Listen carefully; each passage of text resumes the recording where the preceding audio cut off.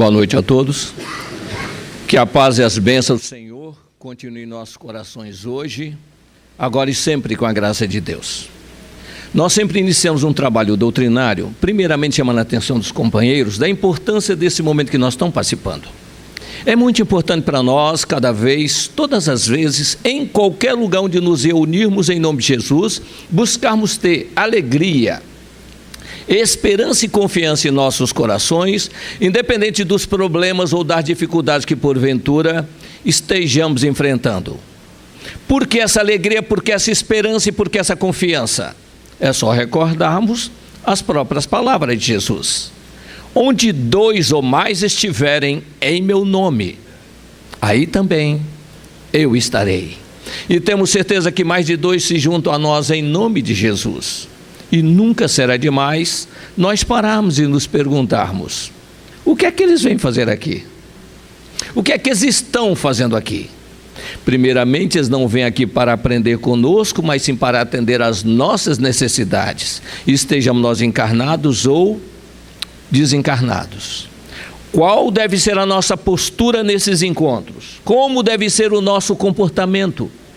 Aprendermos a aproveitar a oportunidade que nós estamos tendo, aprendendo a conversar com eles, a abrir o coração a eles, falar de alegrias que nós já tivemos, tristezas que já amargamos, vitórias que já conseguimos, derrotas que não conseguimos esquecer, falar daquilo que nós sentimos que ainda precisamos alcançar para vencermos as dificuldades que a vida ainda nos apresenta, porque dentro das possibilidades que esses nossos irmãos já possuem e dentro dos esforços que todos nós devemos estar fazendo para merecer a assistência deles, temos certeza de uma coisa: são eles que em nome de Jesus poderão depositar um bálsamo nas feridas que todos nós ainda carregamos na alma, tanto os encarnados quanto os desencarnados, e até porque, a bem da verdade, deveria ser sempre pela presença deles que aqui nos reuníssemos, no corpo ou fora do corpo.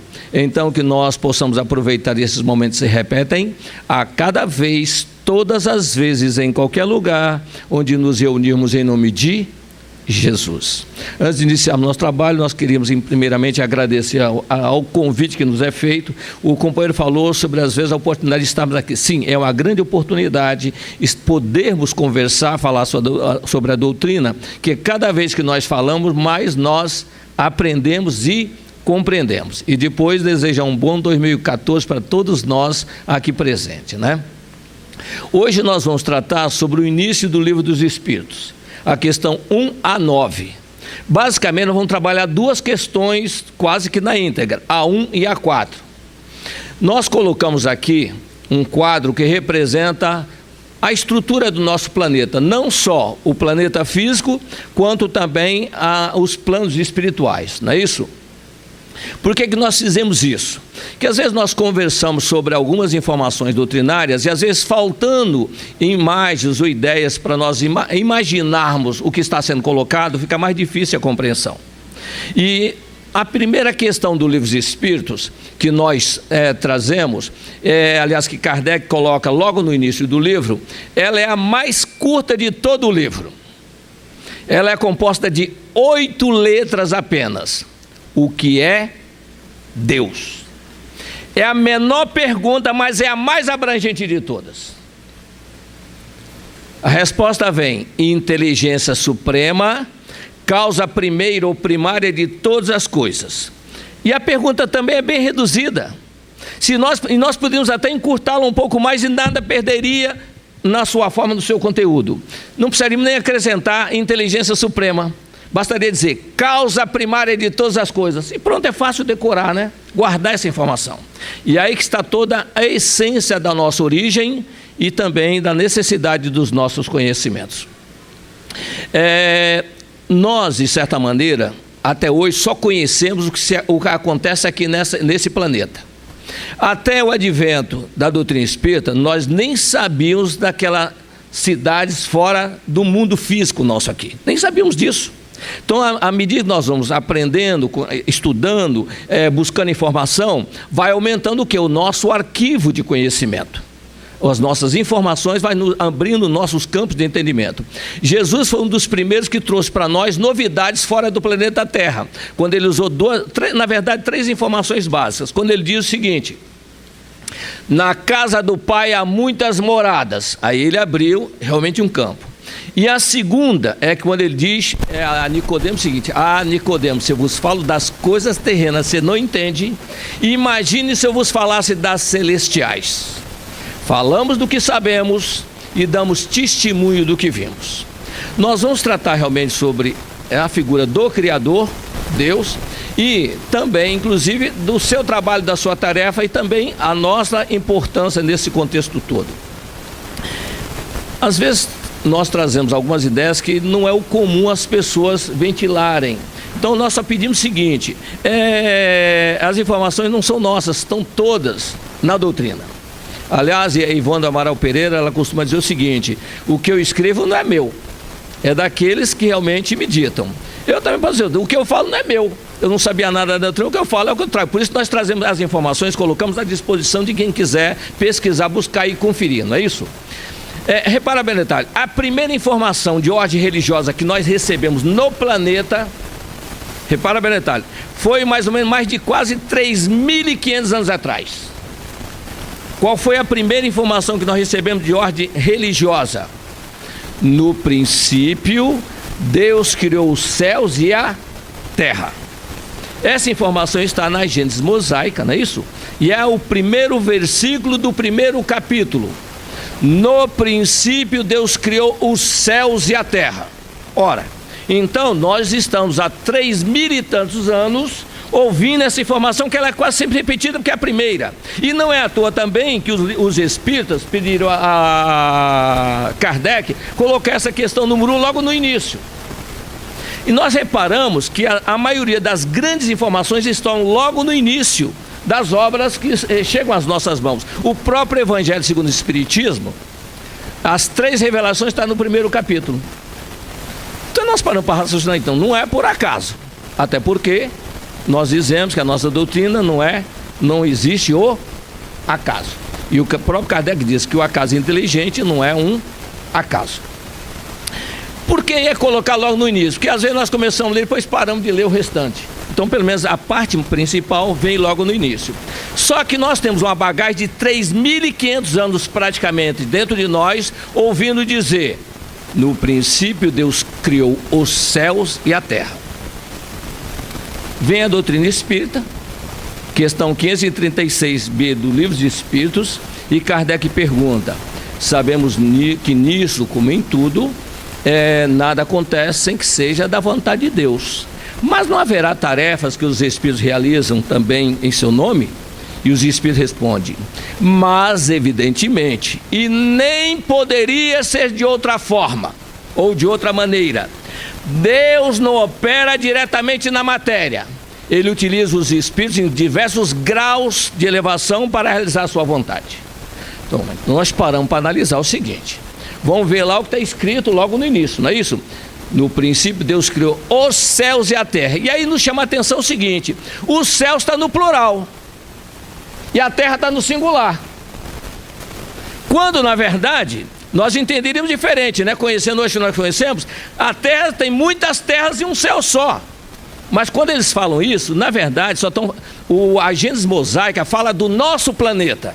Então nós começamos a perceber que tem duas informações para nós entendermos, compreendermos. Aquilo que fala de nós, onde nós estamos, o que nós aprendemos, e já estamos aqui há alguns bilhões de anos, apenas milhões na condição espiritual, né? Na condição de espíritos. Mas como centelha divina desde o início da formação do nosso planeta. Até porque Jesus diz no seu evangelho o seguinte: Pai, eu vos rendo graça por haver me amado antes da formação do mundo.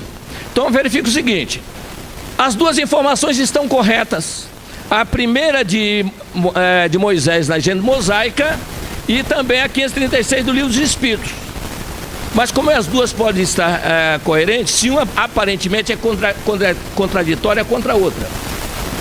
Antes de nós comentarmos essa contradição aparente, nós vamos chamar a atenção o seguinte: que o versículo 26 da Gênesis fala diretamente sobre nós.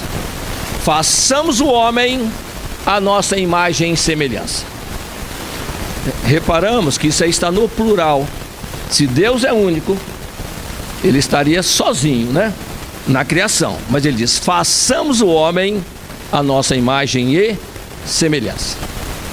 Repara bem detalhe, se vocês olharem aqui, não sei se dá para enxergar aí do fundo, nós temos no centro do quadro o nosso planeta Terra, física. Nós não enxergamos, se nós olharmos para cima, ninguém vê diferença nenhuma aí daqui até o Sol, não é isso? Está tudo livre. Mas a própria ciência descreve as várias camadas que cercam o nosso planeta. Essas camadas nós podemos chamar, em termos espirituais, de planos, que foram construídos para a filtragem dos raios solares, para não danificar o nosso corpo físico, e também para terem habitações que nós possamos abrigar quando saímos daqui. Mas nós só viemos descobrir isso, não foi nem com as informações trazidas na obra básica, mas sim com o André Luiz trazendo o nosso lar basicamente. Então, repara bem, nós estamos aumentando o nosso conhecimento.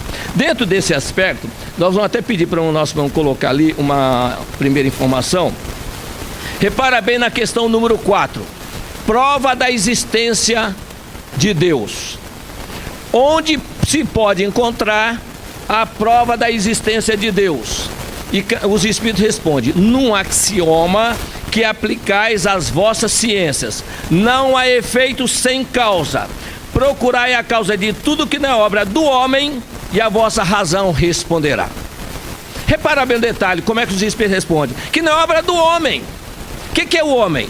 O homem somos nós encarnados. O homem somos nós num corpo físico. Então nós podemos perceber e saber o que é que nós somos capazes de fazer. Já fizemos, inclusive, desde esse período que foi ditada essas informações, muita coisa que nem sonhávamos fazer naquela oportunidade.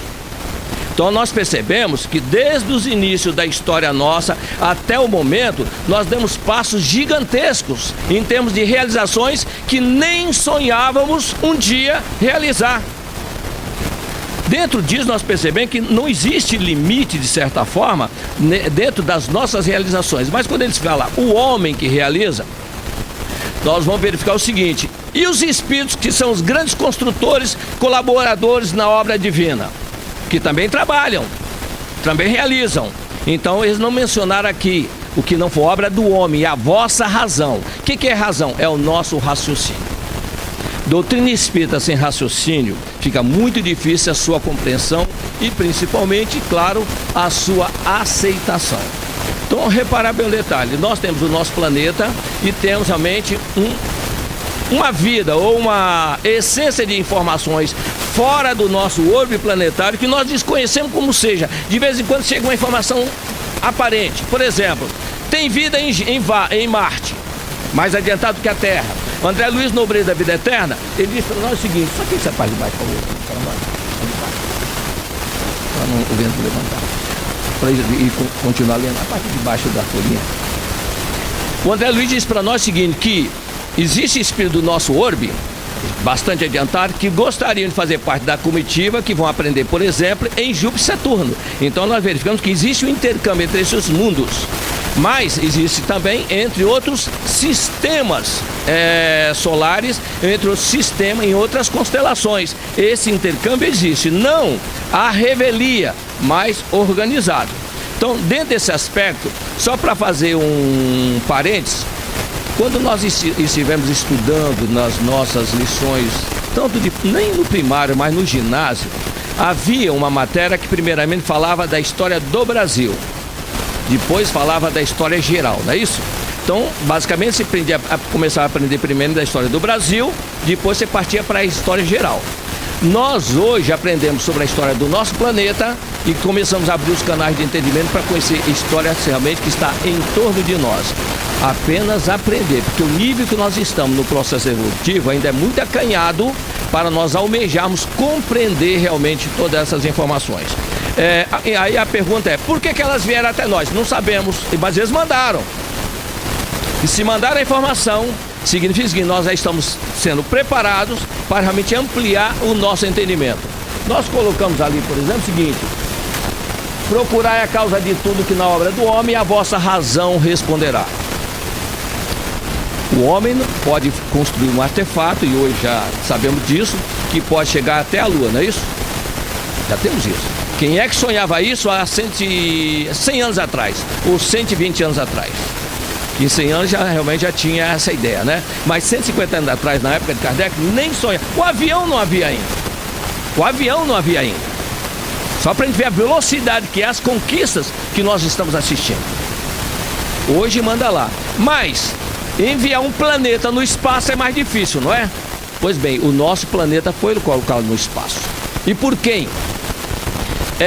Quando nós falamos sobre o aspecto de que no princípio Deus criou os céus e a terra, o próprio João Evangelista nos dá uma ideia, porque nós temos que compreender o seguinte: quando nós falamos a palavra Deus, ela deve representar para nós dois seres distintos.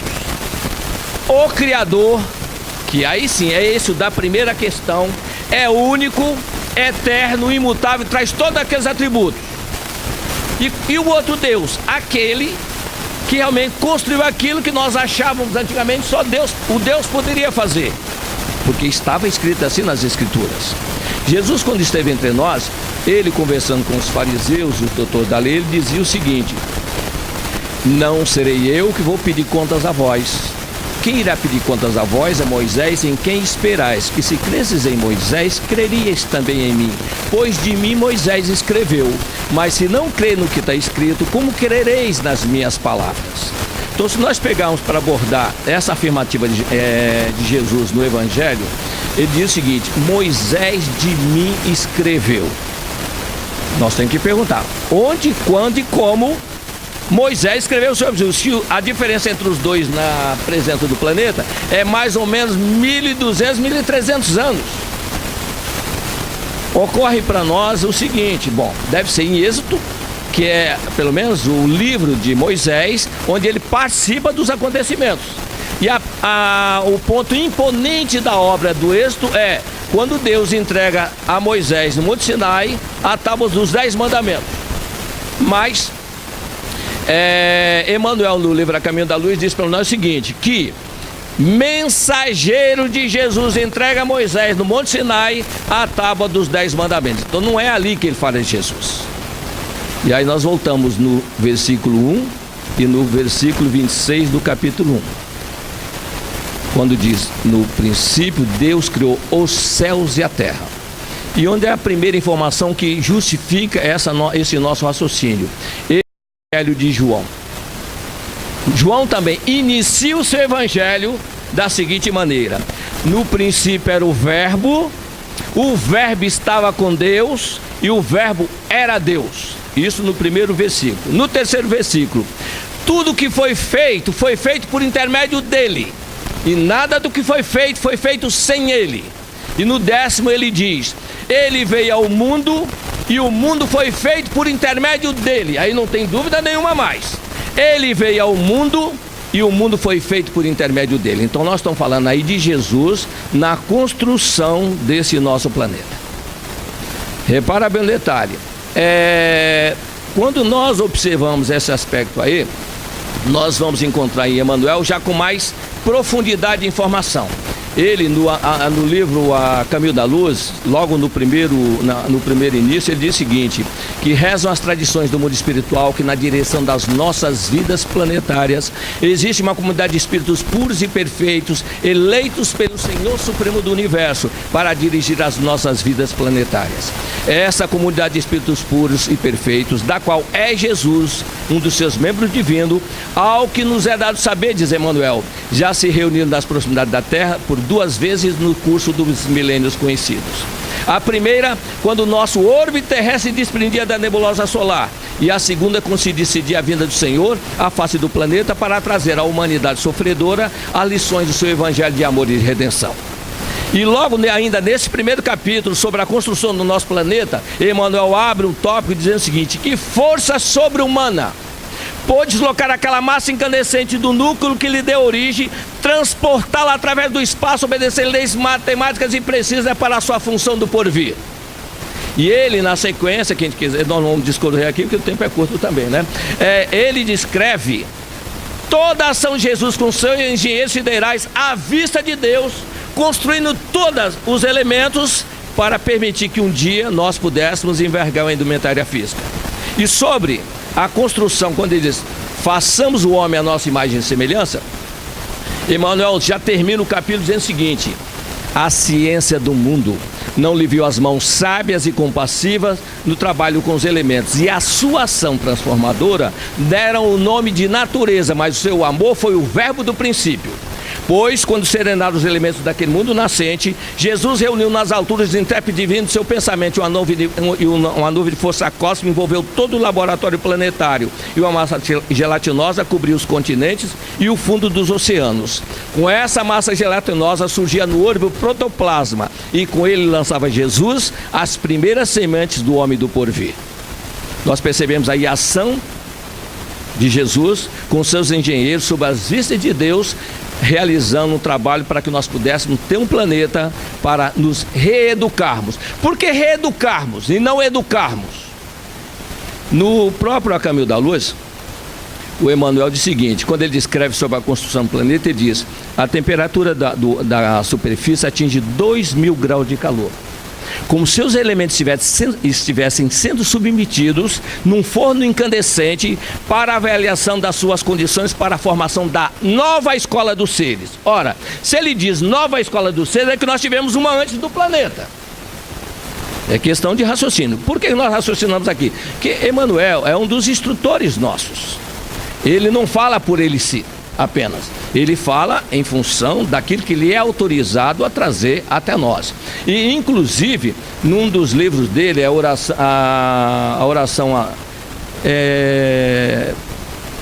a prece à luz da oração, ele diz para nós o seguinte, que nós, eu acho que eu trouxe até o texto aqui para nós, ele diz aqui para nós o seguinte: não ouvides que a permanência na terra é uma simples viagem educativa de nossa alma no espaço e no tempo. E não te esqueça que somente pela oração descobriremos cada dia o rumo que nos conduzirá de retorno aos braços amorosos do Pai. O que é retorno? É alguém que saiu e está voltando. Então nós somos aqueles que saímos. E a doutrina como é que fala para nós? Nós vemos ali a criação. Vamos voltar agora na criação. Aí a criação inicial. Onde é que está a criação então? Questão 540 do Livro dos Espíritos. E aí nós vamos verificar o seguinte, informações que aparentemente também são conflitantes. Na 540, desenvolve-se uma ideia sobre essas miríades de seres que constroem ilhas e arquipélagos sem saber o que estão fazendo. Isso na 540. E mas no finalzinho da resposta traz uma informação que realmente até esclarece para nós. Eles dizem o seguinte, falando sobre o nosso processo evolutivo, no começo nós começamos a aprender a respeitar, obedecer, depois nós aprendemos a mandar e fazer. Então quer dizer, e ele diz, é assim que tudo se encadeia, que tudo serve na natureza. Desde o átomo primitivo até o arcanjo, que também começou por ser átomo. Então essa afirmativa de uma frase só diz o seguinte, desde o átomo primitivo, o original, vamos dizer assim, né? Até o arcanjo, que é o ser que atinge a perfeição do nosso orbe, ou de outros orbes, tudo se encadeia. E fecha assim, que também começou por ser átomo. Então, veja bem, se os espíritos respondessem apenas, é assim que tudo serve, que tudo se encadeia na natureza, desde o átomo primitivo até o arcanjo, e parasse aí, bom, mas não. Que também começou por ser átomo, não tem dúvida nenhuma, todos começaram desse átomo, todos nós começamos desse átomo. Aí nós pegamos no mundo maior do André Luiz, e essa é a história geral, inicial, é aí que começa tudo. Já na inicial, já no nosso planeta, nós vamos encontrar no mundo maior o Calderaro instruindo André Luiz. Ele diz para nós o seguinte: a crisálida de consciência que reside no cristal a rolar no fundo do rio está em processo libertatório. Na árvore frondosa que se apruma por séculos está adquirindo a memória. Na fêmea do tigre, a lambida sua cria recém-nata está adquirindo princípios de amor. E no símil guinchá está conquistando a faculdade da fala. Nessas 4 proposições, o André Luiz, o Calderaro, para ele, coloca para nós o nosso processo de crescimento aqui no planeta, já não é mais fora. Agora, vamos raciocinar também. Ora, por que nós saímos do primeiro momento? tem que ter um motivo. E para sair de lá, nós temos que ter consciência do que nós estamos fazendo, só que não estamos obedecendo. Questão 124 do Livro dos Espíritos. Kardec pergunta, porque Kardec, muitas das perguntas de Kardec, ele não tem o motivo para fazer, mas outro ele faz baseado em resposta que ele recebe. Então ele diz o seguinte: pois que existe espíritos que desde o princípio segue o caminho do bem absoluto, e espírito que desde o princípio segue o caminho do mal absoluto, deve ter uma quantidade intermediária, não? E eu respondo, sim, evidentemente, e essa quantidade é a mais numerosa. Então repara bem o detalhe, nós temos 3 grupos que se formam. A origem é uma só, o átomo primitivo, mas o comportamento não é. O que mostra que nós somos livres para agir desde o início, não é agora não, desde o início. Só que no início nós temos que apenas cumprir a vontade de Deus, e na 115 está isso aí para nós. Deus dá determinado. Depois vocês olham com cuidado, direitinho, que eu estou olhando pregado no relógio, talvez não dê tempo de expor tudo, né? Deus dá determinada tarefa a cada um de nós. Uns aceitam sem murmurar, e mais rapidamente alcançam a felicidade prometida. Outros se rebelam, se revoltam, e para esses a eternidade é mais longa. Ora, é só parar para analisar, né? Claro que o rebelde, isso até no nosso meio. Você pega uma classe de alunos, vamos comparar, porque os grupos, todo grupo obedece a essa sequência de os extremos e o meio, né? O meio está sempre com a maioria e os extremos com a minoria. Você pega uma sala de 50 alunos, quem é professor sabe disso. 10 aprende com uma facilidade incrível. 10%, né? Aprende com a facilidade incrível. Gente, eu mal falei, ele já está sabendo. Tem alguns até que me questionam, eu tenho que buscar para informar ele. Outros, você pode ensinar do jeito que quiser, ele não aprende nada. E a maioria fica naquele meio, né? Uma hora acerta, uma hora não acerta, então fica balançando. Então isso é normal, porque no nosso processo de aprendizado, nada é forçado.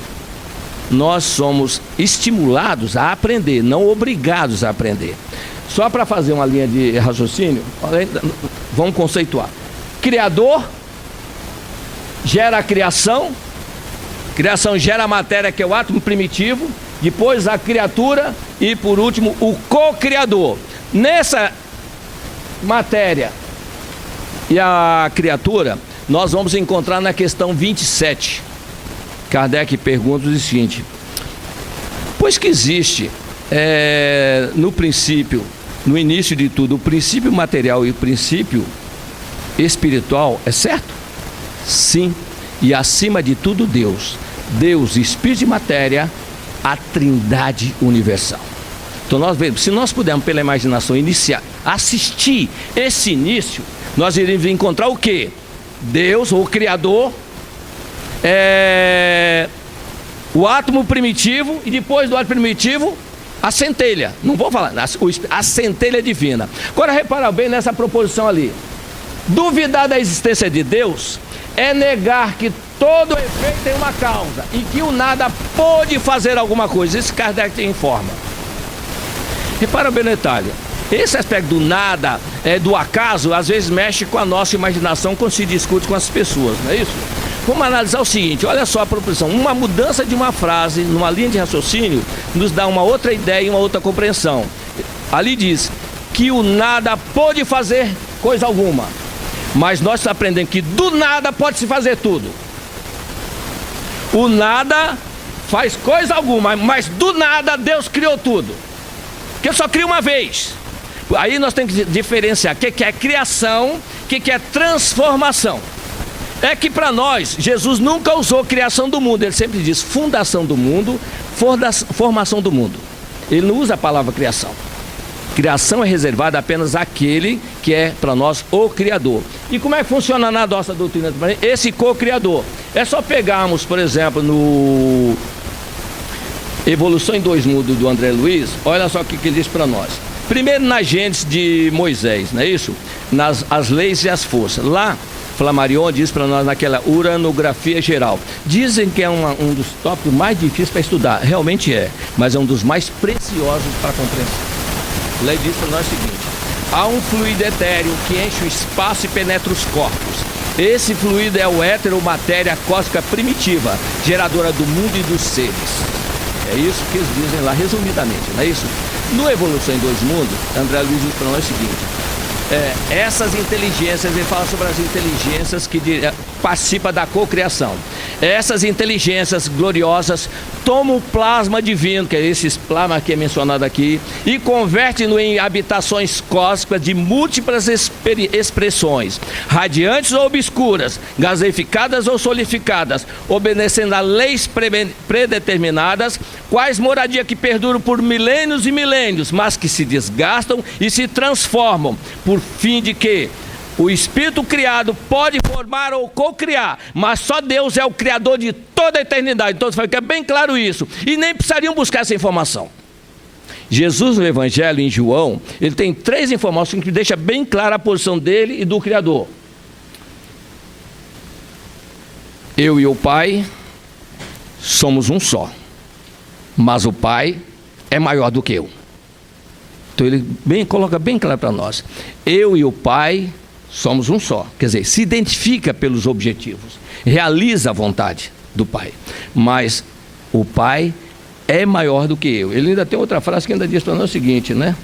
Ele diz o seguinte: meu Pai é maior do que todos. São 3 frases que ele coloca em João, deixando bem claro essa posição de intermediário. E ele também coloca que, repara bem o detalhe, o que Jesus trouxe para nós, só para a gente entender um pouquinho a importância do seu Evangelho. Tem muita gente que às vezes diz que o Evangelho está ultrapassado, porque é antigo, escrito há 2000 anos atrás, né? Quem está atrasado somos nós. Quem está atrasado somos nós, que nós ainda estamos caminhar muito para atender o Evangelho. Quando Jesus falava, os doutores da lista ficavam de boca aberta: como é que ele pode saber tanta coisa sem ter estudado? E olha só a resposta dele: a minha doutrina não é minha, mas sim daquele que me enviou. Ora, ele diz que a doutrina não é dele. Olha só, se ele, Jesus, que é ele, diz que a doutrina não é dele, mas de quem o enviou, e quem o enviou nós sabemos que é imutável. Se ele é imutável, significa o quê? Não muda nunca. Se ele não muda nunca, então tudo que é desde o princípio da criação. Não, no conformismo, nós vamos aumentando a cobrança e responsabilidade à medida que nós evoluímos. A própria página de hoje que o nosso irmão leu, falando sobre a administração, cobrança da administração, como é que é cobrada essa administração nossa? Jesus colocou no Evangelho bem claro: mais será cobrado a quem mais foi dado. Então é proporcional essa cobrança. E nós às vezes cobramos por conta, nenhum de nós temos direito a cobrar. Que toda ordem, toda autoridade é emanada desses planos aqui em cima. Tudo. E nós só sabemos de informação das regiões umbralinas, são os 3 círculos que tem em torno do nosso planeta. Não chega informação nenhuma para nós, com detalhada, de outros planos mais elevados. Só para ter uma noção sobre isso, o Emmanuel, há 2000 anos, ele coloca uma informação muito pálida. Quando Lívia chega no plano onde ela vai habitar, e Jesus vem fazer uma visita àquele plano, então ele descreve mais ou menos o plano em que Lívia traz, mas não diz como é que ali se vive. E Jesus ficou ali apenas alguns minutos para convocar os trabalhadores, para agradecer o trabalho deles, mas se preparar para voltar de novo aqui. E reparar bem o detalhe, sobre isso, faltou uma folhinha, né? Coloca do trabalho aí. Vamos aqui. Olha só no átomo. A criação, o átomo, a centelha, e aí nós temos 2 classes chamadas eleitos e redimidos. O que é o eleito? Na 235 do Livro dos Espíritos, Kardec faz uma pergunta: se os espíritos que vão até os mundos transitórios buscam alcançar o destino, a felicidade destinada aos eleitos. Aí surge a primeira vez, aliás, a única vez que tem no Livro dos Espíritos, a palavra eleito é nessa daí, não tem mais outra. Mas o Emmanuel, no livro O Consolador, que as pessoas conhecem, na questão 277, ele chama a nossa atenção para o diferencial entre eleitos e redimidos. Perguntar a Emmanuel, e aí nós ficamos, todos vão alcançar a perfeição, todos, sem exceção. Todos nós vamos alcançar a perfeição. De que forma? Mas aqueles que erraram, não tem importância, vão chegar lá também. Vão chegar lá também. Só que aí nós percebemos uma coisa: não há imposição. Tem que ser por vontade própria o crescimento. Então perguntar a Emmanuel o seguinte: os profetas e os anjos poderiam ser considerados como espíritos eleitos? E Emmanuel responde com 3 proposições. Os profetas, no termo da acepção, são os espíritos, entre aspas, chamados para a cultura da sementeira. Quanto aos anjos, no termo do nível de elevação que já alcançaram, são os espíritos redimidos, são os escolhidos para a realização da vontade daquele cujas palavras não passarão. Mas quanto eleito, é aquele que segue em linha reta, sem as quedas que nos são comuns. E é justo afirmar que o planeta Terra só conheceu um eleito na figura de Jesus Cristo. Então nós percebemos que existe duas situações para nós chegarmos lá. Uma, sem precisar do processo reencarnatório. Outra, necessitando do processo reencarnatório. Por que nós falamos sem precisar processo reencarnatório? Confesso a vocês que a primeira coisa que me ocorreu quando eu entrei na doutrina foi a questão 85 a 86. Kardec pergunta: qual na ordem natural das coisas é o mais importante, o mundo corpóreo ou o mundo espiritual? E aí a resposta vem: o mundo espiritual, porque pré-existe e sobrevive a tudo. E aí ele faz a pergunta que realmente é o ponto marcante. Quer dizer, o que ele entendeu, né? Quer dizer que o mundo corpóreo, esse vocês estão vendo ali, que nós estamos em cima dele, poderia deixar de existir. E aí ele faz a colocação que ninguém nunca pensou. Poderia deixar de existir. Fim do mundo a gente já falou nele, não é isso? Mas nunca ter existido sem nada mudasse. De certo, nada mudaria. E aí nós paramos para raciocinar o seguinte: nada muda na obra da criação, não importa o que aconteça. E por que nada muda? Que tem duas coisas básicas que são fatalidade. Primeira fatalidade que eu reconheço é a nossa imortalidade. A segunda, a nossa perfectibilidade, ou seja, a nossa perfeição. Por que a nossa imortalidade? Se nós temos raciocínio, nós trabalhamos com a lei de causa e efeito. Mas nós só raciocinamos com os efeitos, não com a causa. E quem é a causa? É o Criador. Kardec diz para nós, vou até ler para vocês que é importante isso aí, não é isso? Ele diz para nós o seguinte. Está aqui na Obras Póstumas que ele coloca para nós. É absolutamente necessário ver uma coisa para nela crer. Vendo os efeitos, não se pode ter a certeza material da causa. Fora da experimentação, o único caminho legítimo que se abre a essa procura consiste em remontar do efeito à causa. Então nós sempre vai ter uma causa gerando um efeito. Quer dizer, é um período que existe entre o efeito de uma causa, mas se nós formos buscando até o início, nós chegaríamos no Criador. É lá que tudo começa. Pela vontade dele. E não é à toa que essa vontade, porque nós temos duas fatalidades. A imortalidade e a nossa perfectibilidade, ou a nossa perfeição. Nós somos imortais. Nós perguntávamos na doutrina, a gente dizia, eu estava lendo até a página aqui agora, né? Não, a gente só encarna, mas o corpo, só o corpo que morre, nós não morremos. Então vai sobrevivendo, é isso? Isso tudo é efeito. A nossa imortalidade está na causa. Somos imortais, que nós somos criados por Deus e nada que Deus cria pode ser destruído. Só isso, simples. Somos imortais, que somos criados por Deus e nada que Deus cria pode ser destruído. Imagina alguém poder destruir a criação dele. Seria inconcebível, concorda? Então para que ele criou? Então seria alguém mais poderoso ou tão quanto ele. Se só existe um, não tem dois. E só se aproxima dele quem realmente afina com a sua vontade, com o seu pensamento. E a segunda, na perfeição. Jesus diz: conhecereis a verdade e a verdade vos libertará. Falou para nós que estamos aqui. Mas repara bem o detalhe. Por que todos nós vamos alcançar a perfeição? Mas não, cada existência, o Espírito não retrocede. É básico da doutrina, né? E cada vez nós vamos aprendendo uma coisa mais, vai somando. Nós não perdemos conhecimento nenhum. Podemos até ficar sem o uso dele numa encarnação, mas depois ir lá fora de novo e vem. E aí se soma. Também isso é efeito. Nós vamos alcançar a perfeição porque esta é a vontade do Criador, que nós atinjamos essa perfeição. E nada pode mudar a vontade dele. E quem diz isso não somos nós, não. É só pegar o Evangelho de Jesus, ver lá no Sermão da Montanha, e Jesus diz para nós o seguinte: nem todo aquele que me diz Senhor, Senhor, entrará no reino dos céus, mas sim o que fizer a vontade de meu Pai que está nos céus. Então é a vontade dele que prevalece. Só que aí nós temos que organizar agora. Antes de vir para cá, prevalecia só a vontade dele. Agora nós vemos para cá, e como nós somos dos rebeldes da 115, dos inconformados, da 115, e só analisar como é que é o nosso comportamento quando as coisas não vão do nosso jeito. Como é que acontece? Imagina você projeta uma coisa, não dá certo. Você pede para alguém fazer um favor, não faz. Você atendeu uma pessoa no que pediu, e aí você vai pedir para ele fazer, eu não tenho tempo.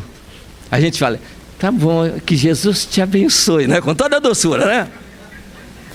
Percebeu? Isso é o nosso íntimo, gente.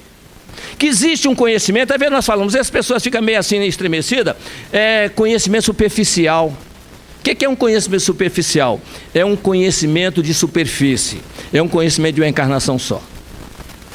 Por exemplo, eu estou nessa doutrina agora. Quer dizer, não sei se eu tive na anterior, eu estou nessa agora. Eu tenho algumas informações dentro de mim, mas enquanto se for só dessa encarnação, ela é superficial. Eu não sei se na próxima encarnação que eu vier, se eu não entrar nela, se eu vou me comportar respeitando essas instruções que eu respeito hoje. Então é superficial, não está em mim. Não está em mim, tem que estar em nós. Centelha. Então isso tudo é feito para nos corrigir, nos redirecionar. Nos redirecionar. Agora, quem é que faz essa direção? Somos nós. Fazendo um comportamento de mudança dentro de nós, não é isso?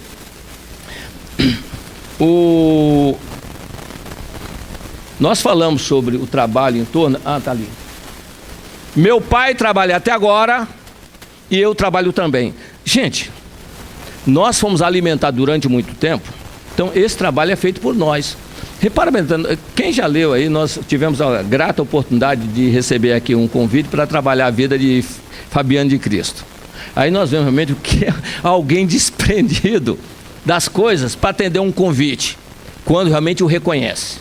E não tem que fazer grandes coisas não, olha só o que ele tem que fazer. Abre mão da sua fortuna, dá para os pobres, para quem ele quisesse. Dá tudo que você tem e vem e me segue. Simples, não é? Fazer isso.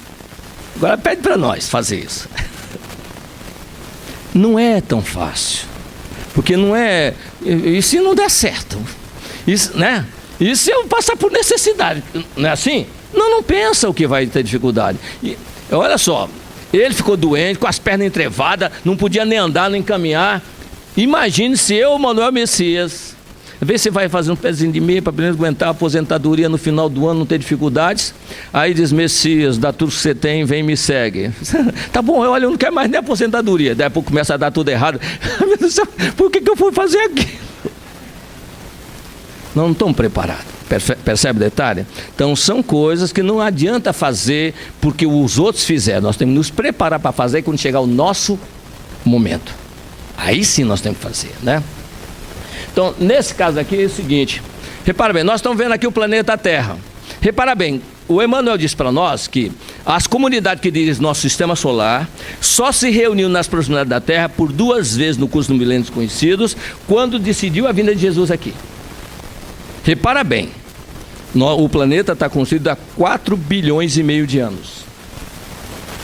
Somente 2 vezes eles se reuniram nesses período todo. A primeira quando o orbe foi colocado em órbita, e a segunda quando Jesus veio o planeta, é fácil saber. Há 2 milênios atrás, gente, pertinho de nós, comparado é pertinho ou não é pertinho? Mas nós vemos aí a importância que essa comunidade superior deu à reencarnação de Jesus, à vinda de Jesus aqui no planeta. E por que nós não damos essa informação, essa importância também a ela? Não é à toa que lá no Evangelho ele diz, ó humanidade ingrata, até quando vocês vão me fazer sofrer? E não pensam, repara bem o detalhe, quando nós falamos obediência, enquanto nós fazemos as coisas estão dando certinho, nós fazemos, mas estão me abençoando, é a bendita bênção, né? Está me abençoando, então nós achamos que só dá certo é que é a bênção. Oportunidade de correção pela dor, a gente nem pensa que para nós isso soa como castigo, não é assim? Só como castigo mesmo. Então o que acontece? Não estão preparados ainda realmente para o testemunho como deveria ser, né? E esquecendo que toda a literatura que nós lemos, e vamos recordar Lívia, quando ela estava ao pé da cruz, em desdobramento, vendo Jesus, com aqueles seres angelicais todos ao lado dele, ela chorando, lágrima emocionada, em desdobramento, Jesus vira para ela e diz, filha, não te aflijas, é assim que todos chegarão ao meu reino. É assim que todos chegarão ao meu reino. Então é por isso que a gente tem dificuldade de chegar lá, porque nós não estamos ainda preparados para toda essa dificuldade que eles apresentam. Então, aqui nessa direção, nós vemos aí que tem no sistema solar. Agora, no livro Obreiros da Vida Eterna, nós temos uma ideia desse trabalho imenso que tem, porque além de Jesus dizer, eu trabalho também, o Pai trabalha sempre e eu trabalho também, no mesmo Evangelho de João, ele diz, vamos pedir ao Pai que mande mais trabalhadores, porque a seara é grande, os trabalhadores são poucos. Então nós vemos que tem toda uma escala de trabalhador. Ah, mas no trabalho eu não sou administrador, não. No nosso trabalho, nós somos administradores da nossa tarefa. Em todo lugar nós somos administradores. Todo lugar. Se eu estou, às vezes, com um serviço mais humilde em alguma posição que me colocam, nesse trabalho eu tenho que administrar pelo menos a tarefa que eu tenho que fazer, e fazer da melhor maneira. Aí por que eu devo fazer assim, sem olhar o tamanho da tarefa? Que o Evangelho recomenda isso. Quem é no pouco, também é no muito. Se fizer no pouco, vai fazer no muito, dá outra oportunidade. Aí Jesus mesmo que pergunta, como é que vocês me pedem grandes tarefas se não faz as pequenas? Como me pedir grandes coisas se não fazem as menores? Então nesse aspecto aí, repara bem, o André Luiz no livro Obreiros da Vida Eterna, ele mostra para nós, nos dá uma pálida ideia da grandeza desses seres que dirigem os universos. Repara bem, dirige. O nosso planeta, repara um detalhe, é impressionante os números. 1, 2, 3, nós andamos 100 km no espaço. Isso em torno do Sol.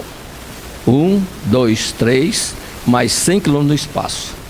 Se eu contar de novo, já deu para chegar em São Paulo. Vê que velocidade. Dizem os cientistas que o nosso planeta, na direção que o Sol se direciona, não o movimento dentro do sistema, mas dentro da galáxia, a nossa velocidade é de 1 milhão de quilômetros por segundo. Imagina a velocidade por segundo.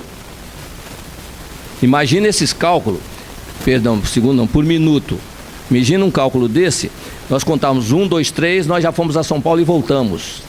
Só para ter uma ideia desses números grandiosos. E tudo isso é obediência a direções que são seres que dirigem tudo isso, coordenados. Não tem nada ao acaso solto. Quando o Emmanuel diz que força sobre-humana pode deslocar. Quem estuda física e astronomia, eu não sou estudante, a gente apenas lê para poder até comentar, né? Diz o seguinte, que os nossos astronautas, quando partem para a Lua, eles são obrigados, quando descem da nave, a amarrar uma corda no seu cinto e amarrar na nave, porque no espaço, se eles forem empurrados para fora, não tem a lei de atração, não é isso? Então eles vão embora infinitamente e não tem como pará-los. Então eles são obrigados a estar amarrados. Isso é um corpo nosso. Imagine colocar o foguete lá nesse local. Já é um grande passo da inteligência humana. Agora imagina colocar o planeta em órbita. Que ali aplica-se em todos os lugares. Então foi colocado e obedece uma norma, uma sequência, e um não se atrita com o outro. Então nós verificamos o seguinte, que ciência essa está muito aquém de nós. E por outro lado, nós temos que entender que nós estamos muito longe de compreender o Criador. Na Gênesis, no capítulo 9 da Gênesis de Kardec, no item 28, ele nos fala o seguinte, que nós chegamos um momento, quando nós iniciamos nosso processo num planeta como esse, nós vamos galgando os espaços, vencendo as etapas, até que chega um instante que nós não precisamos aprender mais nada num planeta.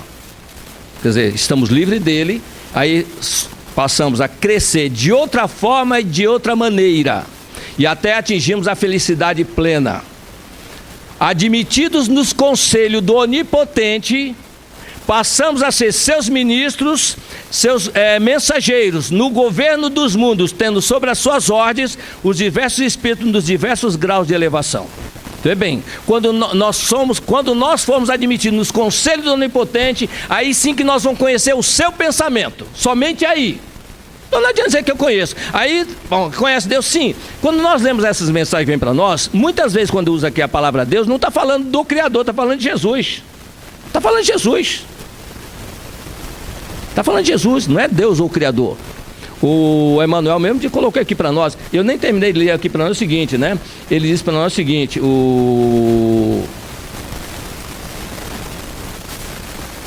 eu acho que eu nem trouxe isso aí. Não trouxe mesmo não, gente. Mas ele diz para nós o seguinte.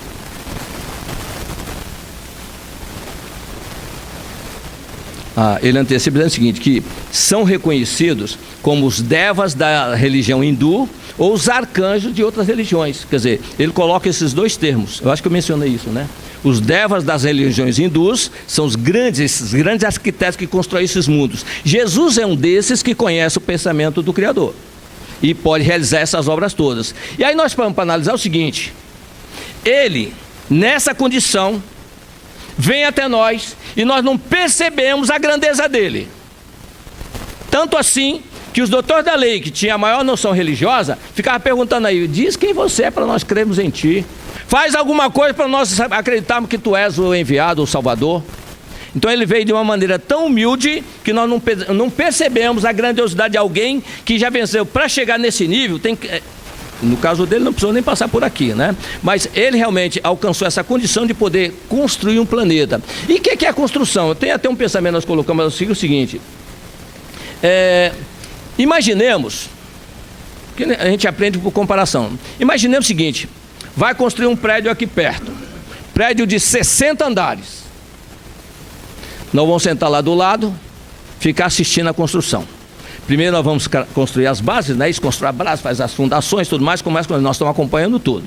E o pessoal para lá e para cá com aquele material todo, e daí começa a levantar o primeiro piso, o segundo piso e vai levantando.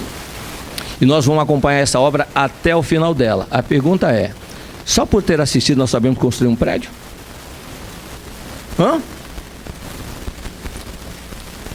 Não dá para construir. Mesmo alguns que fizeram escola e faculdades não constroem um prédio dessa dimensão. Então se quiser fazer tem que aprender. Nós ainda não acordamos para esses trabalhadores aqui pequenos que tem que começar uma hora. Tem que começar uma hora. Nós sonhávamos com a ideia de que iríamos desencarnar e viver nas nuvens ouvindo música de harpa para nós. Hoje nós vemos que a coisa não é tão simples quanto parece, não é isso? Nós temos que realmente conquistar a nossa felicidade. Então esse Criador e esse construtor, nós vemos o seguinte, os construtores somos cada um de nós. Primeiramente nós temos que construir a nossa caminhada. Leon Denis diz para nós o seguinte, que a vontade é a maior de todas as potências, o pensamento é o Criador e a vontade é a maior de todas as potências. Só que o pensamento, ele pode criar o que nós pensamos, mas vamos ter que depender da direção que nós demos a ela. Lemos uma página quando nós chegamos aqui, que fala sobre a mudanças no ano de um ano para outro, né? Coisa que nós fazemos sempre. Nós deveríamos realmente fazer esse estímulo para mudar de comportamento a cada dia. Propostas e promessas nós sempre fazemos. Quem é que não faz? Eu agora vou mudar, mas a proposta e a promessa por si só não resolve problema nenhum. Nós temos que entender que tem que haver uma ação. Eu acho que ali nós terminamos todos os que nós colocamos. Então, finalizando, nós vamos verificar o seguinte. Prova da existência de Deus. Se Deus não operar na matéria, se Deus não constrói planetas, a prova da existência dele somos nós. E aí a pergunta 38. Como Deus criou? Para usarmos a expressão da Bíblia, pela sua vontade. Nada mais é verdadeiro quanto aquilo que está escrito. Faça-se a luz, e a luz foi feita. Nós somos a prova da existência dele. Faça-se a luz, e a luz foi feita. E Jesus acrescenta para nós, vós sois a luz do mundo. Essa luz somos nós. Nós às vezes olhamos que a luz do sol, ela se destrói, ela acaba um dia, a do sol, como de outros sóis, mas a nossa vai brilhar cada vez mais. Nós ainda não compreendemos que a prova única que nós temos da presença do Criador, da existência dele, é a nossa presença na existência. Temos uma existência só e muitas vidas. O dia que nós começamos a perceber isso, nós vamos verificar realmente como importante nós seremos. E eu gostaria até de colocar um pensamento de Kardec que ele coloca aqui para nós, ele diz o seguinte: quaisquer que sejam os prodígios que a inteligência humana tenha operado, ela própria tem uma causa. E quanto maior for o que opera, tanto maior há de ser a causa primária. Então, quanto mais nós tivermos conhecimento que nós somos capazes de fazer muitas coisas, maior é quem nos criou. Maior é quem nos criou. E Jesus foi bem claro para nós, né? Um dia vocês vão poder fazer o que eu fiz, ou o que eu faço, e muito mais. Que possamos acreditar na sua promessa. E ele foi bem objetivo conosco. Passarão o céu e a terra, mas as minhas palavras não passarão. Que o Senhor nos abençoe.